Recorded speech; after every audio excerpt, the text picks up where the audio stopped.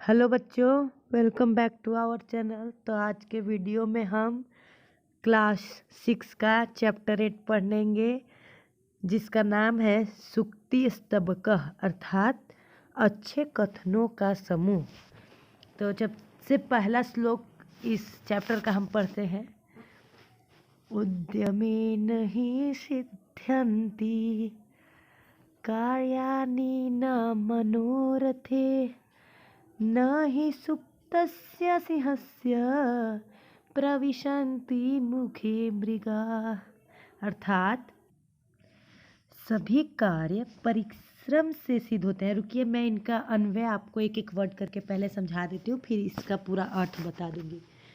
तो अन्वय है ही, अर्थात निश्चित रूप से, कार्याणि अर्थात कार्य, उद्यमेन परिश्रम से, सिद्ध्यन्ति सफल होते हैं या सिद्ध होते हैं, मनोरथे अर्थात मन रथों से, न अर्थात नहीं, सिद्ध्यन्ति सिद्ध होते हैं, यथा जैसे, ही निश्चित रूप से, सुप्तस्य सोए हुए, सिंहस्य शेर के, मुखे मुँह में, मृगा पशु, न प्रविशन्ति नहीं प्रवेश करते हैं।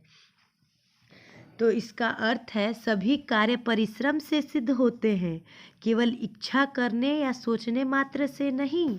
जैसे कि सोए हुए शेर के मुंह में स्वयं पशु प्रवेश नहीं करता, जो भोजन होता है उसका, शेर को उनका शिकार करना पड़ता है, उसके लिए शेर को मेहनत करनी पड़ती है, और इसके लिए शेर जंगल में ढूंढते चलते हैं अपने भोजन को, और फिर जब उन्हें सामने दिखता है तो उस पर प्रहार करते हैं, उस पर मेहनत करते हैं, तब ना उन्हें भोजन मिलता है। तो इसका अर्थ यही है। अब चलिए नेक्स्ट।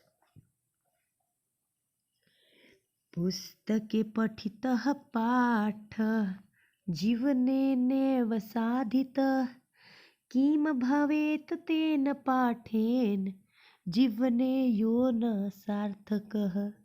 अर्थात पुस्तक में पढ़ा हुआ पाठ यदि जीवन में उपयोग नहीं किया, अतः जो पाठ जीवन में सार्थक उपयोगी नहीं है, तो उस पढ़े हुए पाठ का क्या हो, अर्थात उससे क्या हो। तो चलिए हम अन्वय को एक एक वर्ड कर लेते हैं, उसके बाद मैं इसे और आपको डिटेल्स में समझा दूंगी। पुस्तक अर्थात पुस्तक में, पठितः पढ़ा हुआ, पाठः पाठ, यदि जीवन में, जीवने अर्थात जीवन में, न नहीं, साधितः उपयोग में लाया गया, तर्हि तो, यो यह, पाठः पाठ, जीवने जीवन में, न सार्थक नहीं सार्थक है, तेन पाठेन किम भवत् उस पढ़ा हुआ पाठ से क्या होगा। तो इसका अर्थ है कि जो आपने पुस्तक में पढ़ा हुआ जो आपका ज्ञान है, यदि वह आप जीवन में नहीं उपयोग कर रहे हैं, तो उसका क्या पढ़ने का मतलब, आप उसको क्यों पढ़ें। उससे अच्छा तो आप कह सकते हैं कि एक प्रकार से अनपढ़ ही सही है, उसका कोई लाभ नहीं उठा रहे। पढ़े हुए चीज़ का हम लाभ नहीं उठाएंगे तो पढ़ा हुआ चीज़ हमारे किस काम का। चलिए नेक्स्ट। प्रिय वाक्य प्रदानेन सर्वे तुष्यन्ति मानवाः तस्मात् प्रियं हि वक्तव्यं वचने का दरिद्रता। अन्वय इसका इस प्रकार है।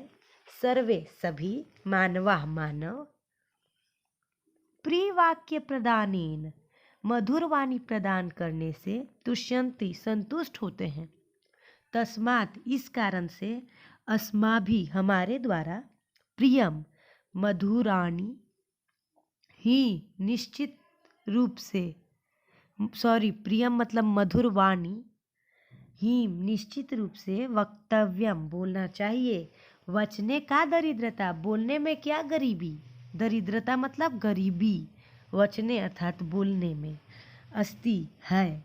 तो इसका हो गया प्रिय वाक्य बोलने से सभी मनुष्य प्रसन्न होते हैं। आप किसी से अगर मीठे वचन बोलेंगे, अच्छे अच्छे बातें बोलेंगे, तो उससे सभी लोग, सभी मनुष्य प्रसन्न होते हैं। इसलिए हमें प्रिय मधुर वाणी ही बोलनी चाहिए। बोलने में क्या गरीबी, अर्थात बोलने में क्या कंजूसी, बोलने में हमें किसी से मीठा बोलने में आपका पैसा तो लगेगा नहीं, आपको कुछ मेहनत भी नहीं लगेगा, बस मुंह से बोलना है। जो आप कड़वा अगर बोलते हैं तो उससे मीठा बोलना है। बस इस श्लोक का यही अर्थ है। चलिए नेक्स्ट। गच्छन् पिपीलिको याति योजनानां शतान्यपि आगच्छन् विनेतो यो अपि पदमेकं न गच्छति, अर्थात चलती हुई चींटी भी सैकड़ों कोस चलती है।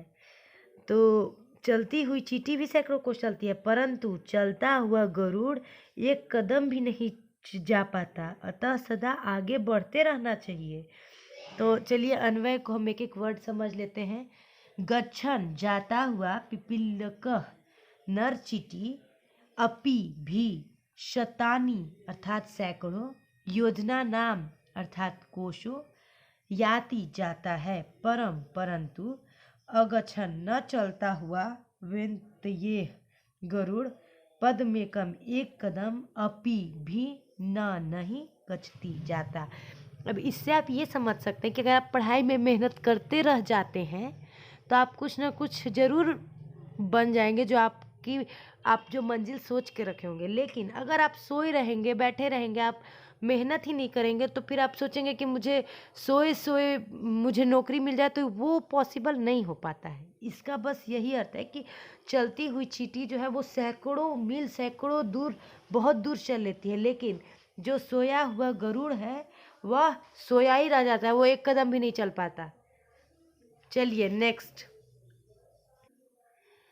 काकः कृष्णः पिकः कृष्णः को भेदः पिक काकयोः वसंत समय प्राप्ते काकः काकः पिकः पिकः, अर्थात इसका अन्वय इस प्रकार है। काकः अर्थात कौवा, कृष्णः काला, पिकः अर्थात कोयल, अपि भी, कृष्णः काली, भवती होती है, पिक काकयोः कोयल और कौवा में, क भेद क्या भेद होता है, वसंत समय वसंत ऋतु के समय, प्राप्ति प्राप्त होने पर, काकः काकः कौवा कौवा ही होता है, भवती, और पिकः पिकः अर्थात कोयल कोयल ही होती है।